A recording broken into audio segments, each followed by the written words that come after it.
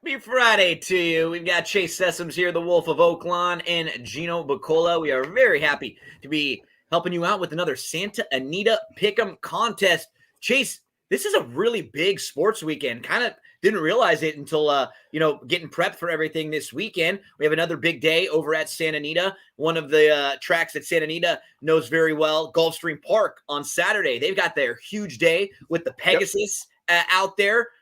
Me as a fan of wrestling, the Royal Rumble is also on Saturday. That's a big deal. Then on Sunday, Sam Houston, for some of you racing fans, they have a massive, massive day with their biggest day of the meet. 6 stakes, 2 graded stakes. We've got 2 conference championship football games on Sunday. I know you're a fan of Oaklawn Park. They've got a big graded stakes race on Saturday too. Yep. There's a lot of stuff happening this weekend. Oh, I wouldn't be surprised if there were really big greyhound races going on too at this point. Like it is chock full. There's plenty to take your attention, and man, just don't even focus on one thing. Just constantly flip. Flip. And the perfect the perfect action while all this is going on, right, is this free roll that you get with the Santa Anita Pick'em every Saturday and Sunday when you kick back and you have all of those other things happening. In some weeks, man, it's tough, right? We know we do freelance work, right? Some weeks the pay is late. Your checks aren't there. You don't have as much money as you want to bet maybe on a game or some races, or you had to shift that money a little bit elsewhere, pay a couple bills. You can get some action here every weekend, every Saturday, every Sunday, every holiday money for free. I've told you my strategy, right? Which is just park around the corner and pray for a lazy repo man. Exactly. So we'll always remind you at the very beginning how you sign up. It's very easy. You just go to pick'em.santanita.com, and this is what it looks like once you get there. So anytime you sign up for a contest, just make sure you read the fine print and the rules so you know there's nothing that's going to be surprising to you. You have to just create your account, real simple, and these are just 1 point, Wolf, for each prop. So we will have some on this contest where you have to pick the winner of a race. It doesn't matter if that winner is 6-5 or 65-1. That is either 1 point for a winner or 0 points for a loser. You're not getting rewarded like you would if you go bet your $2 to win. So that's important because you just have to stack wins here. One or 2 races, maybe you're like, okay, I'm just going to go chalk. And maybe 1 or 2, you go, okay, this race, I don't like that horse. I'm going to go elsewhere. 3 letters, JPW. Just pick winners. That's what it is about. It's what it comes down to here in the Santa Anita Pick'em contest. So let's jump on in. Let's take a look at the card for Saturday, January the 29th. The Sunday card props will be up shortly. So if you want to get ahead and take a look at some of those with the football, you can do so. Probably be up by late tonight, early tomorrow morning. So since this is Saturday, this is something you and I were just talking about before we started recording. There aren't going to be college football or NFL games in any of these prop contests except for the next couple. Like you'll have Sunday, and then in a few weeks with the Super Bowl, that'll be like huge, Super Bowl based props on a lot of the stuff that's happening in the game. But we're going to be getting a lot more basketball, a lot more college basketball, some hockey jumping into the mix, possibly even baseball. Fingers crossed. Looks like MLB is having some positive conversations. So hopefully in the coming weeks and months, we'll have baseball back up and rolling. But our handicapping focuses for these props are going to shift a little bit. So we're going to have to be paying attention a little bit more to basketball, college and pro, hockey as well. So even if the basketball lines aren't there yet, you kind of with this contest, it kind of lemons into lemonade, because what ends up happening is even if there aren't point line questions, there are really cool number of 3-pointers, who's the highest scorer, things like that you can still kind of get in on and handicap it. And also, I mean, it means no gimmies. It means no gimmies, no either ors in this. It's down to the real man's challenge this time. Okay, so ladies challenge. We've got Warriors Nets as total points. Now, this game is interesting because we know they have a ton of star power between these two teams, but right now, Kevin Durant is hurt. Kyrie Irving can only play in certain games where his vaccination status is allowed, which are not home games for them. So that's something to keep in mind because he's kind of in and out 2 games and back and forth. And then on the flip side with the Warriors, they are also trying to acclimate Klay Thompson, so they'll have games where they look really, really good. And then a game or two where he's not quite there yet because he has not played in a long, long time. And they've been dealing with some injury issues too. So just a couple things to mention. What number were you looking at for the total here? I went 233. Pretty close, huh? Yeah, I took I took their averages, looked at that, and I thought this primetime game, you've got, the Splash Brothers back together. You got to think the stars for Brooklyn, if they are playing, are going to want to have a big night because it is the big stage. And so I took it and I adjusted it up just a little bit. Yeah. So this game will be Brooklyn at Golden State, 8:30 on Saturday. Just something to keep in mind. So again, when we talk about these things right now, that is one thing that's a little difficult with NBA still. We're seeing less, but any day you could have players pop up with the protocols, right? With the health and safety protocols. We're seeing a lot less of it in the NBA recently, but just something to monitor that may obviously impact how you play something with total points. But we're both in that 230 range for the tiebreaker. As we get to the races. So for prop number 1, we have race number 1 at Santa Anita. Tell us a little bit about who you have while I pull up the Daily Racing Form past performances. Sure. I think there's some pretty obvious horses that you could go with here, which are Storming Lady and Bristol Bayou. Yep. Just look like they probably could be winners. I'm going with an outsider here that I do think fits the profile for the pace of this race, and it's the number 12, Miss Carousel. Nice. We're on the same horse. All right. Mario Gutierrez up for Edward Freeman, winner of 2 straight, which includes a $20 claimer at Del Mar, then ships to Turf Paradise, wins the $60K listed stakes, has a bullet work on January 24th, which usually I don't really like horses coming right off of a bullet. However, it is a really sharp workout, and this horse really looks like it's rounding into form with the work pattern that they've had on it. You know what's really cool, Chase? This horse, back on July the 31st, I was just kind of messing around, and I had a few extra bucks on my account, and it was one of those races where I had looked at the card, but I didn't really love anybody in this race. And I was sitting there, and I think I got knocked out of like an exotic wager right before, like a pick 4. So I ended up looking, I was like, I'll play someone here. And I looked down at this horse, and the horse I think was 8-1 on the morning line. And at that point had floated up and was 20-1. And I made a bet, and she went off at 78-1 and won. She won it 80-1. It was like, and I bet 20 to win on her. I went back and looked, and it's one of those things where she floated up, and then I'm looking, and she was like 40-1.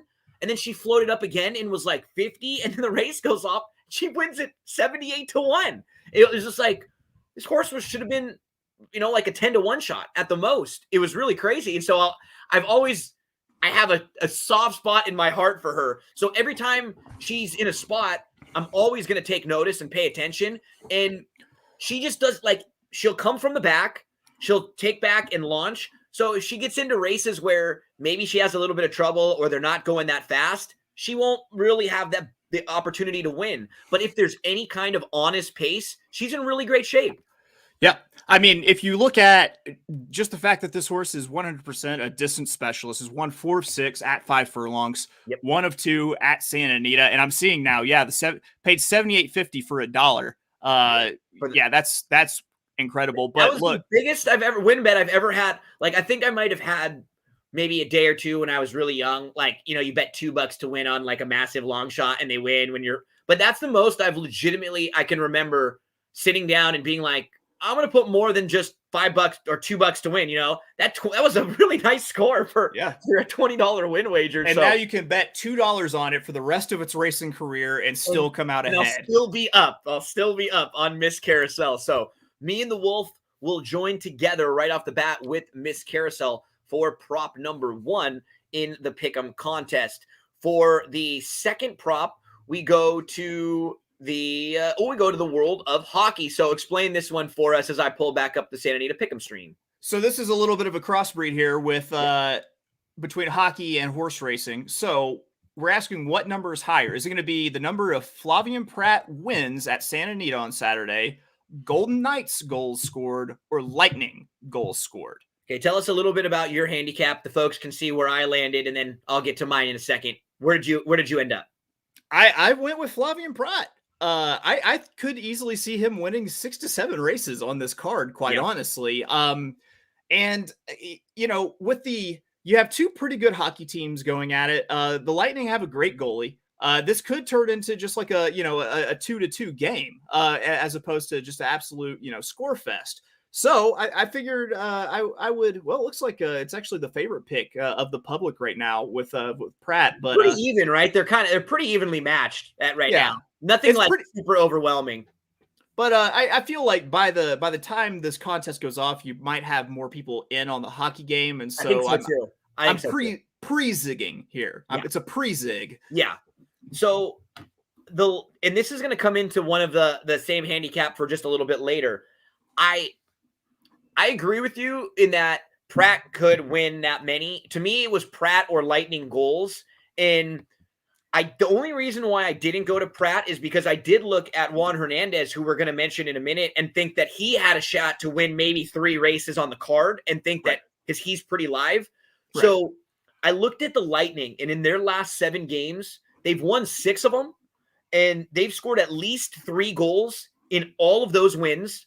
And they've got games where they've got 6, 6, and 7, all in their last recent stretch. So they are playing really well. They're scoring a ton of goals. And I feel like they've got you're right in that I could see Pratt hitting maybe 6.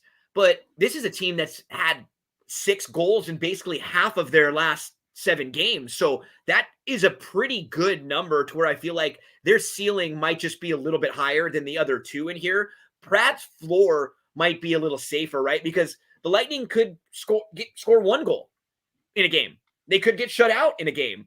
And Pratt could have pretty safely, I think, 2 wins on the card. That sort of feels like his floor. But I think with the upside of Tampa, I'm going to lean with the Lightning a little bit more because I think I could get a 6 or 7 number like we've seen from them recently. So Chase is going Pratt. I'm going Lightning goals scored. Let's jump into number 3. Which race on the Santa Anita card do you think will have the largest margin of victory? And tell us why you picked that race. I went ahead and I went with the Palos Verdes stakes, race number 8. There's a horse in there. I mean, there are 2 Bob Baffert horses, but there's one that to me really sticks out. Of course, it's got Flavian Pratt on it, and that's Saison.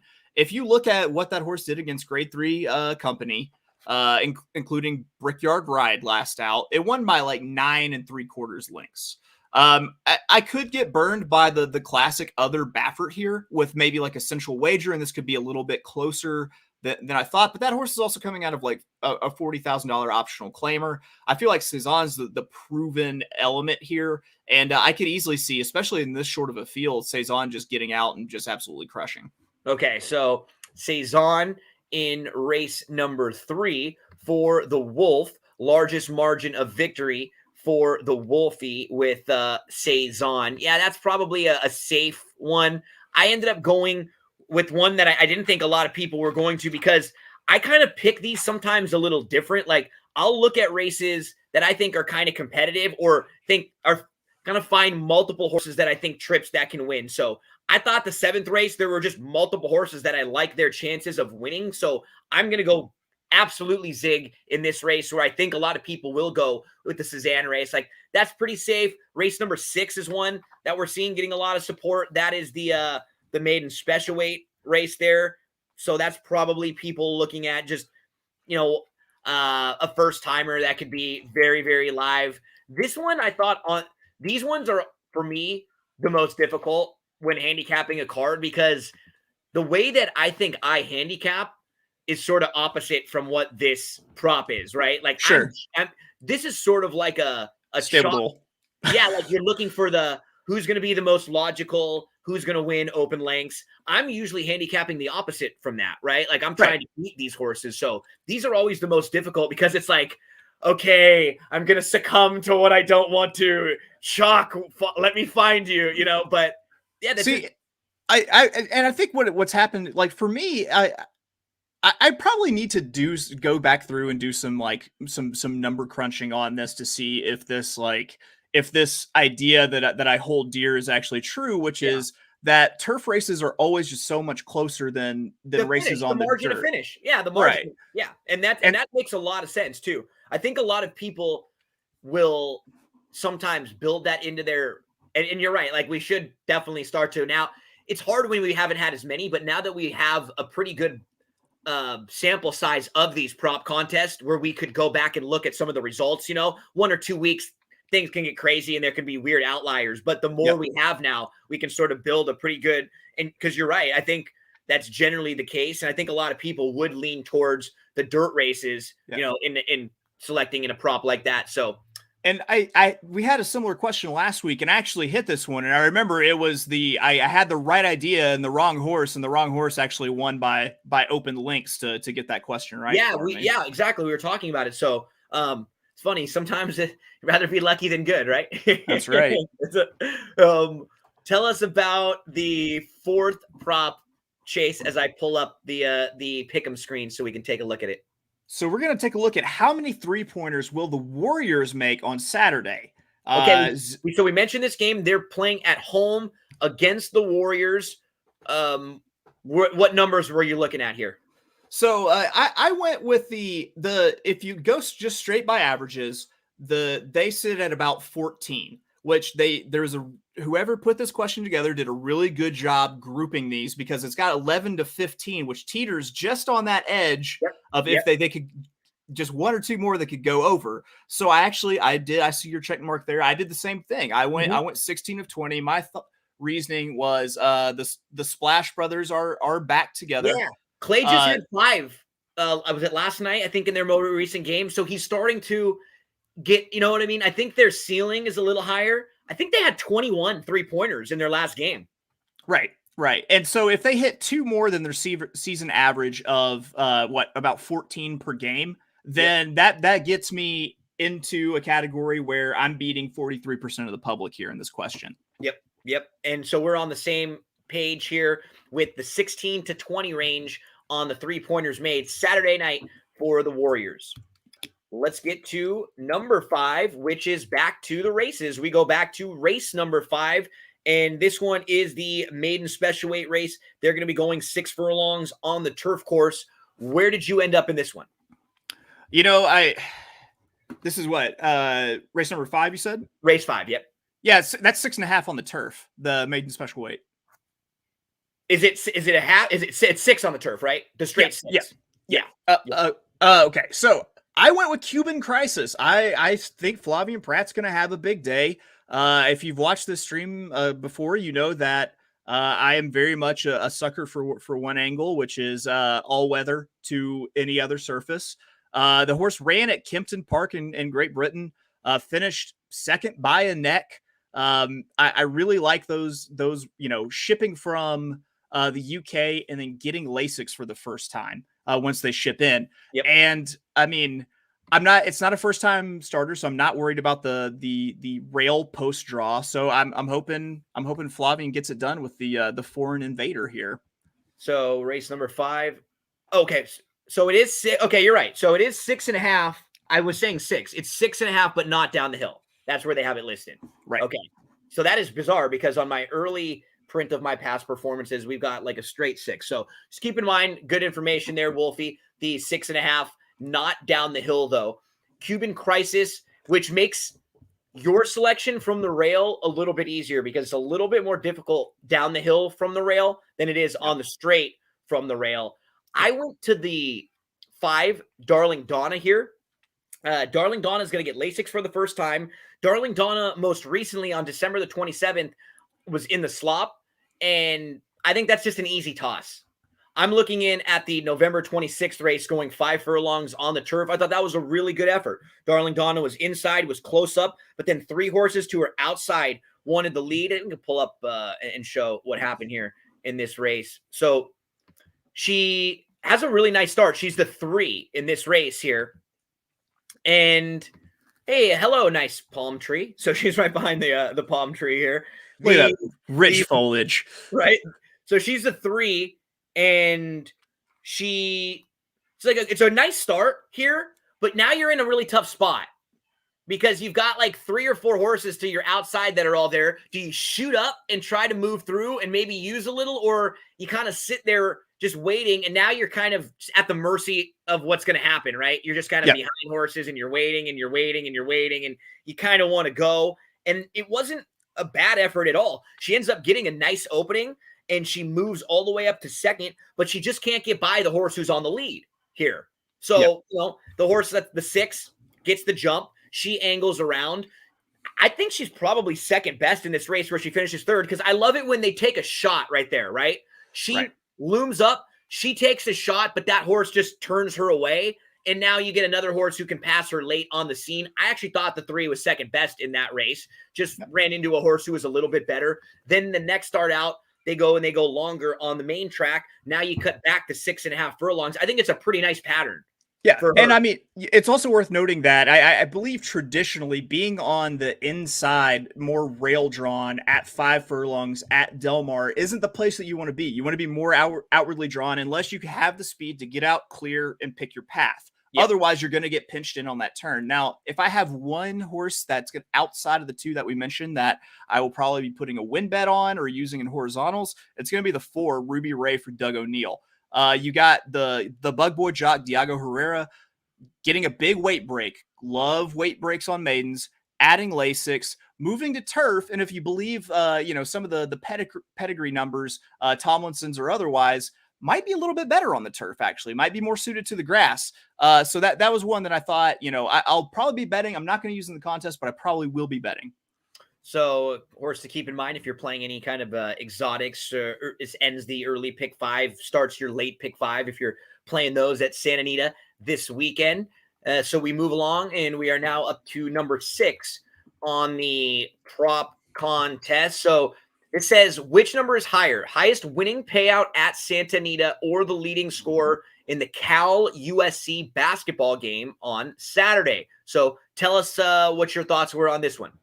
Well, if you just look at USC and Cal and their roster, what they average per game, their top scores are both averaging about 14 per game. It's college basketball. You're not going to have people who are scoring 20, 30 a game typically. Yep. And these 2 teams, I can tell you for a fact, knowing USC, they're really spread out with like they could have one night, one player score 15, and then the next night he scores 8, and a total. They have 5 or 6 different players that could be their leading scorer any night, which makes it. I don't think that there's an opportunity for either of these teams to have someone that's like 25 to 30 even. Right. And if we think about that in terms of horse racing, what's a $14 payout? It's a 6-1. Yeah. That's not very far out of the realm of possibility. Anywhere from a 6 to 10. A 10-1 shot would make it really hard for anyone in that game to outscore them, I think. Absolutely. So I went with you here with highest payout on the Santa Anita card, especially with this many maiden races. Yeah, USC has a very good defense. Like their interior against 2-point field goals is one of the best in the nation. They're long. So unless you can really make it rain from 3 against them, then you have, like, if you have that type of player who's a really good perimeter player who can, take deep threes, that's the type of player who could score in the 20s. Cal just doesn't really have that on their roster either. So I don't think either of these teams have those types to where our margin for error is so much less, I think, in that game than if with the racing. Like I said, we get 1, 8, or 10-1 shot anywhere on the card, I'm going to feel really good about having the highest win payout. Sure. So, yeah. Sure. That is number 6 as we are halfway home on the 12 props for Saturday. What's cool, too, is I always like to mention, when you make your selection, it'll immediately show you. So, like for number 7, you make your selection. It'll tell you your pick has been made when you change it. And you can always make your picks all the way up to when the post time is for that race or for that prop. So, you have to get, if there's props that are for race number 1 or when those contests start, you have to get in on them right away. But once you're filled out and going, you can make your adjustments all the way up to race time or to game time. So tell us about the 7th race, Chase. Sure. This is going to be the Megahertz, I believe. Yeah, Megahertz, grade 3 stakes, 1 mile on the turf. It's for fillies and mares 4 years old and upward.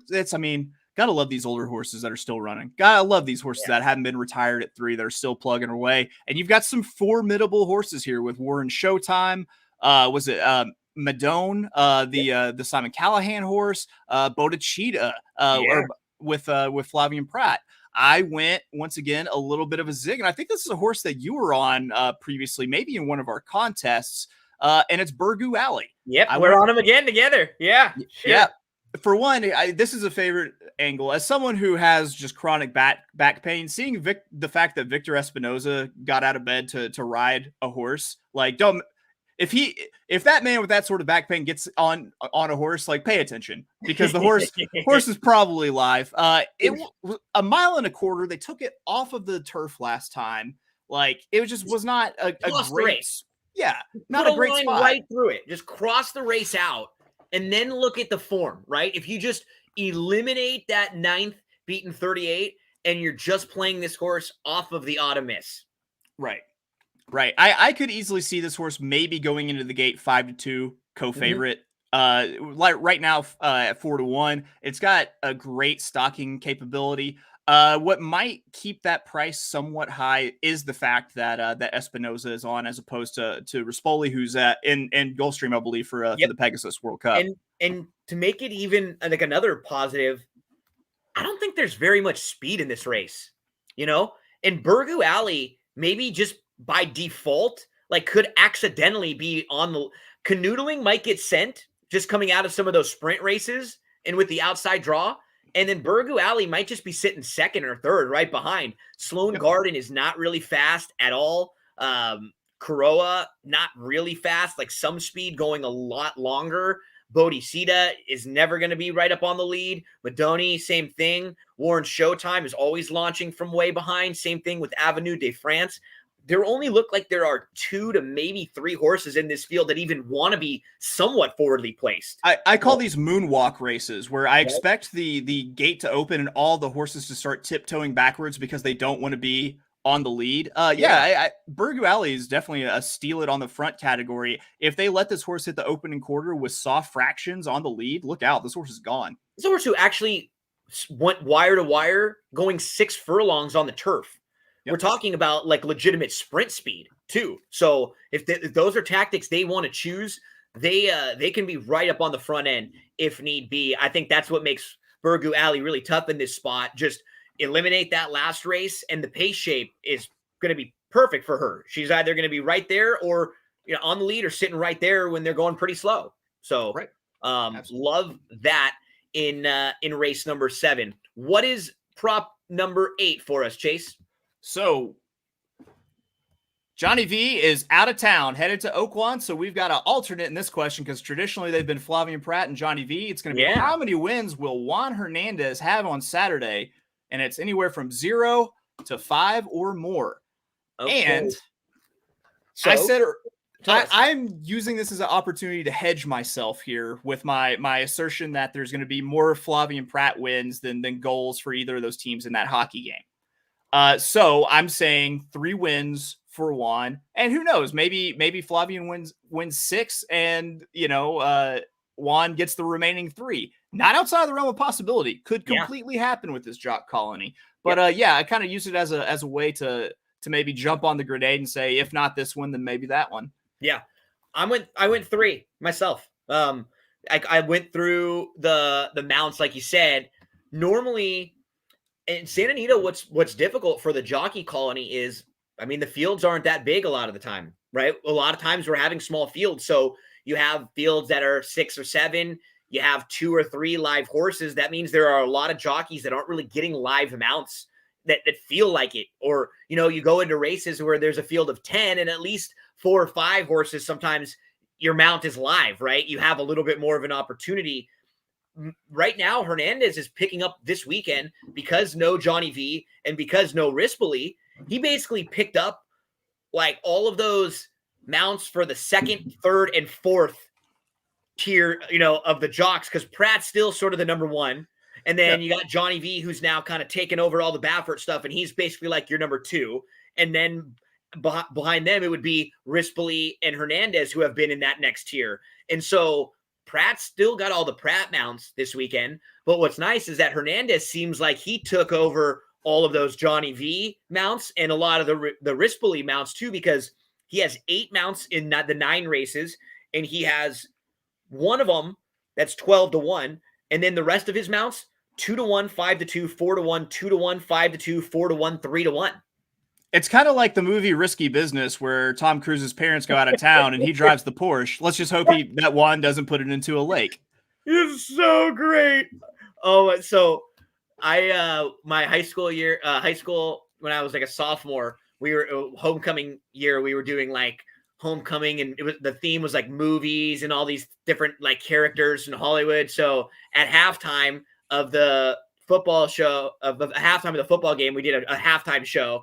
And we were out there, we had this like performance, and I had pulled off the sweatpants and had just my tidy whities and the Risky Business thing. So that was something I was real excited to be able to do that. Anytime I could show my really, really white upper thighs, I feel like it was great for everybody to get a chance to get that look. Yeah. I mean, that's what I wear anytime I hear that old time rock and roll. That's just great. They had that commercial. Oh man, it's sad to think about now. I think it was a Super Bowl commercial like 5 or 6 years ago with remember it was like Kobe and Phelps and all of them, and they come rolling in, like sliding in on their socks. And gosh, R.I.P. Kobe, man. We've been hearing a lot about him in the news the last few weeks because it's that time of the year again. Chase, where do we go for our next prop? So we finished up with number 8. How many wins will Juan Hernandez have on the card? For number 9, we're headed back to the races, right? Yep, and it's going to be pick the winner of Santa Anita's Race 9, which is a $67,000 maiden special weight going 1 mile on the turf. And oh, buddy, I capped without morning lines. My shot is 50-1 here. Yes, I love this. I do this for what it's worth. I always do that because I'm a handicapper who likes to get ahead also. Yep. So because then what ends up happening is I keep my emotions out of my handicapping as much as possible, right? If I early in the week can stack up 2 or 3 days worth of cards, then what happens if like Thursday night or Friday night I have a bad day, I don't have to sit down and worry about the hours of prep work with a bad mind. Because then at that point my mind's all foggy. I'm mad. I'm kind of bitter. I'm frustrated. Maybe I'm a little on tilt from what happened earlier, and I'm not looking the same way as I would look earlier in the week where I'm, okay, that's good. My patience isn't quite there. So I do the same thing as you. And sometimes I'll look down after and be like, what was I smoking? Like you're like, where Samsonite, Swanson? What? But it's funny. And then those are actually the days though, where you have a huge score. Because maybe if you handicapped with the morning line, you might have just taken one glance at a horse and been like, 50-1, I'm not even going to double take. But you've got some reasoning here. So tell us who you were looking towards. It's going to be number 7, Missing Penny for Charles Treese with Ryan Curatolo up. If you look at just the notes, it's easy to tell even before you watch the replay that Missing Penny got an absolute garbage start last out at Los Alamitos in a maiden special weight race. It ended up finishing 35 lengths back. I'm sure the people who've watched a few of these know that I'm kind of like a handicapping Kanye. I've got like 2 tricks, but they work really, really well. And I go back to them. To me, that smacks of speed horse that got a bad start and packed it in. It's adding Lasix for the first time. If you look at this, some of the pedigree here and some of the siblings, the Dams dropped 6 horses. One of them is 1, but one of those is a stakes winner on turf. Yep. And I love this workout tab. It's so just consistent, and these times are consistent. Adding Lasix, 50-1. Crazy things always happen in the last race. This jock's winning 14%. If you look at Charles Treese, he's hitting at 18% off of these long layoffs. Yeah, I'm all in. Let's do it. Ran into a really nice horse named Under the Stars, too, in that debut. Under the Stars just came back to win the Santa Ynez, has now won back-to-back races. So get a little crazy. I will absolutely be throwing this horse into my late pick 4s and my late exotics now. Missing Penny. I looked towards the 2 in here. Gimme Mo Baby. So on November the 4th, the first two turf races were really good. I mean, the debut race was at Kentucky Downs going 6.5 on the yielding turf. And this gal finished a very good third at 60-1. She kind of was in between, didn't have the smoothest trips. Came back and just missed at Keeneland against Maiden Special Weights on October the 20th, going a mile and a 16th. And then in career start number 3, came over to Del Mar. That was Breeders' Cup weekend. So all of those races were just really tough. And that November 4th race has come back very live because the horse who beat her that day, Tesare, came right out of that to win the grade 3 Jimmy Durante. So your horse has 2 angles that I absolutely love too, which is one is ran at Kentucky Downs. Horses that run at Kentucky Downs usually come back firing. Number 2, made a start at Keeneland as a 2-year-old. That's a big deal. That's a big deal that people don't take into account because Keeneland being like the mecca of horse breeding, horse auctions, you want these horses, the people who own Jimmy Creed want this horse to be able to win as a 2-year-old, and they wanted to do it in front of their friends who also own, bloodstock. Also, I have a horse racing bucket list item, which is to own a Uncle Mo horse name it 6 in the Monin. Okay. Oh, wow. That's very sharp. That is really well done. Gotta give it to you. Gotta give it to you. I figured you and the LBC would appreciate that. I did appreciate that. Nicely done. Gimme Mo Baby. And what's nice is, so we're just talking about the positives in what this horse has done on the track, not even the fact that she's going to come into a barn that's excellent with new acquisitions, that's fine off of long layoffs. This barn is going to take the blinkers off.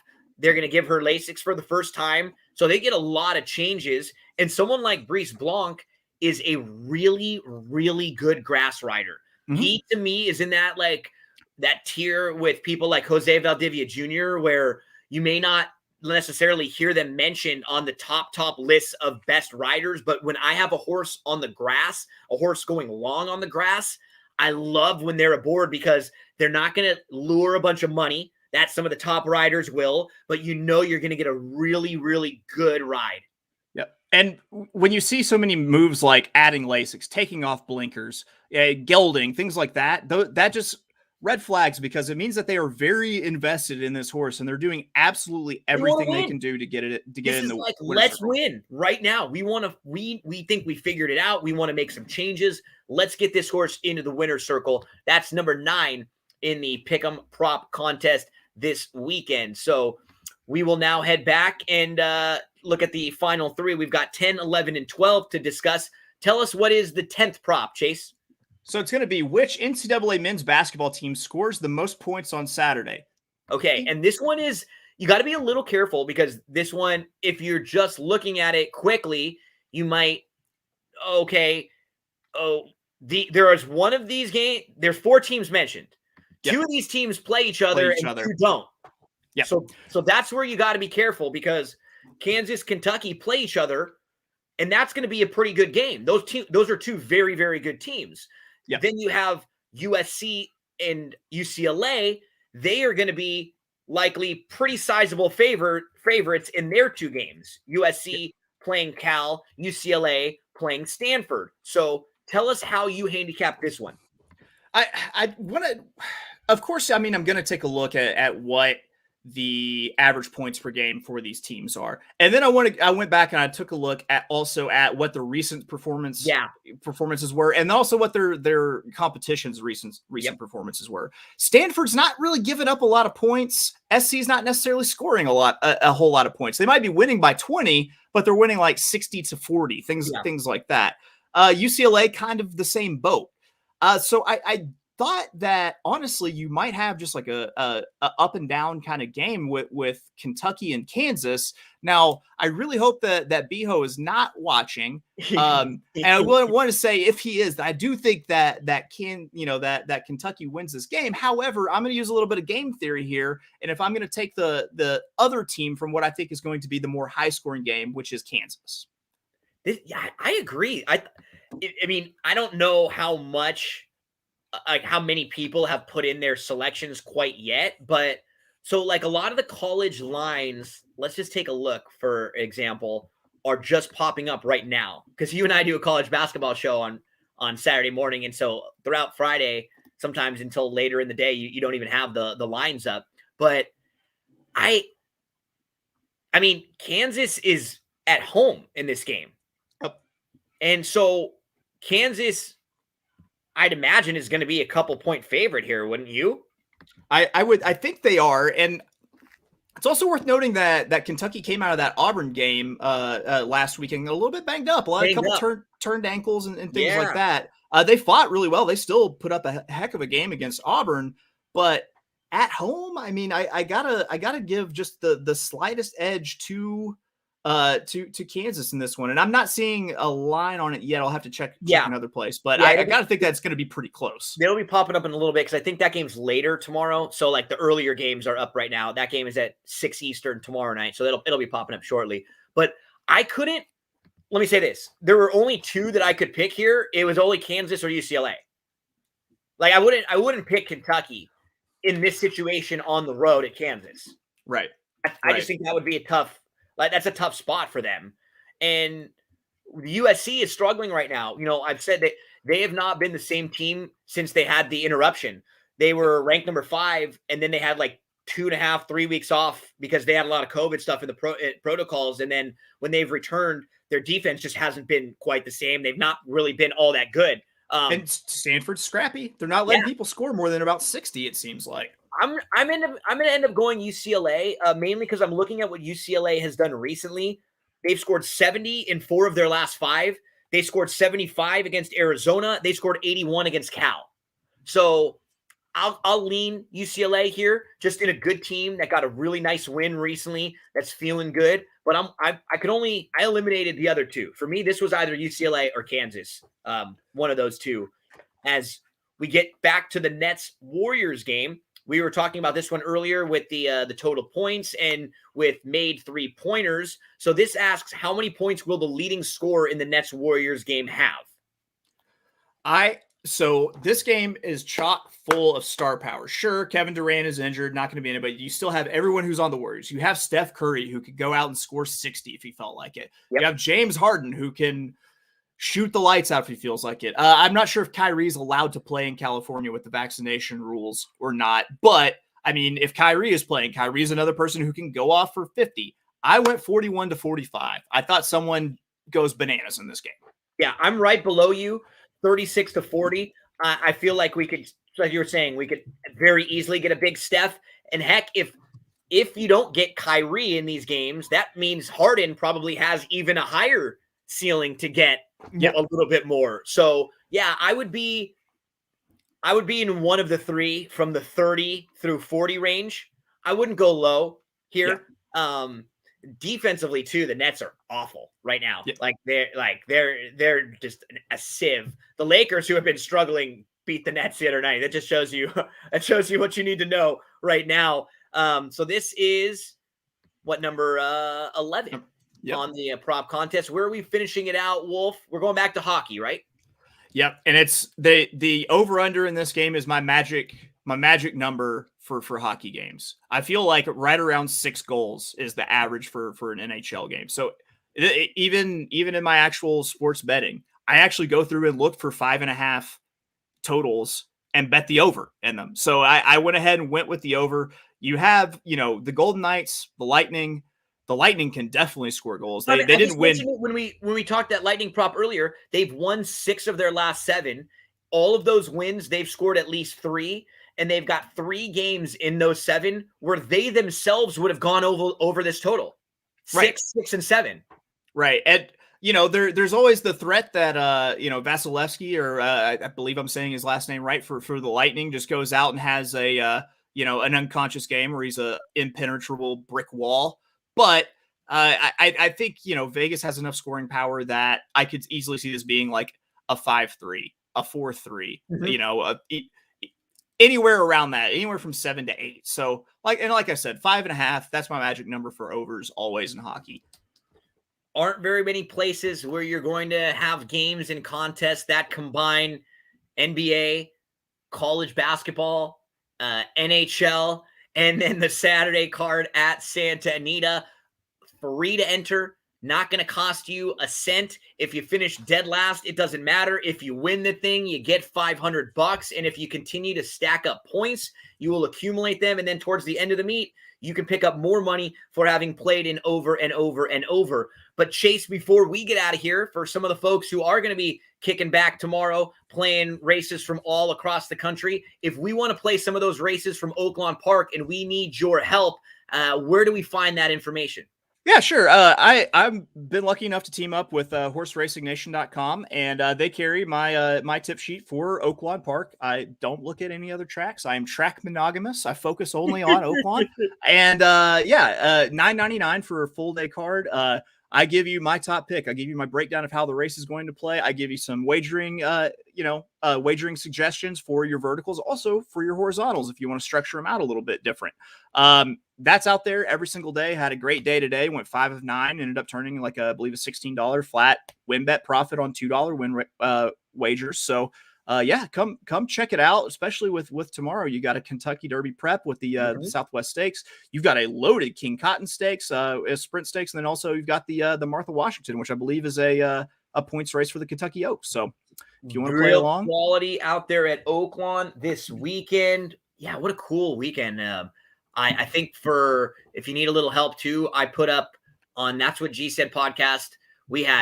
This weekend I had Friday, Saturday, and Sunday racing. I had best bets for Santa Anita for Friday, full card for Sam Houston, which is still coming up. If you're wanting to play some races this evening, you got Sam Houston, which starts in about an hour. AKA Gino's Honey Hole. Sam Houston. Absolutely love me some Sammy H. 12% takeout on all those multi-race rolling exotics. So that's coming up a little bit later. They have their biggest day of the meet coming up on Sunday. So we went through the full card. We got full card Friday, Saturday, Sunday, Sam Houston. We had Friday and Saturday, Santa Anita with best bets. Gulfstream, all the stakes for Sunday. And then we looked at the 2 Oaklawn stakes. But if you need some Oaklawn help, Chase will give you that full card there. Thank you again, everyone, for hanging out with us. Really appreciate you joining us for a bit. And we'll remind you again, get those tiebreakers in. Take a look last minute before you fill out the races, before if there are any scratches or any changes in any of those games. And I kind of set my alarms now on the weekend just to remind me, because what I'll end up doing is I'll fill mine out when we do our show. And then I set my alarm for earlier, like about an hour or so before first post. That way I can check over again and see if anything has changed, go back. Because I want to make sure I've at least filled it out in case I forget again for some reason. But then when you remind yourself, go back and make sure. Because honestly, Chase, I think a lot of people will, in these games, in these contests, the more you're paying attention, you're going to just gain an advantage. If you're up to date and if you're one of those people who's like checking all the time, who's looking at percentages, it's just going to help you. Absolutely. If you're just even making adjustments, even when it comes to the horse racing portion, one scratch in a horse race can make all the difference in the world. And I might change your opinion. You can go in post scratches and still make all those changes up till post time of the actual race that's happening. So you could call an audible, midway through the contest and say, okay, in the 5th race, it looks like the rail's hot. I'm going to take the rail horse. It's just stay alert. So Gino, fingers crossed. We've got the Olympics coming up.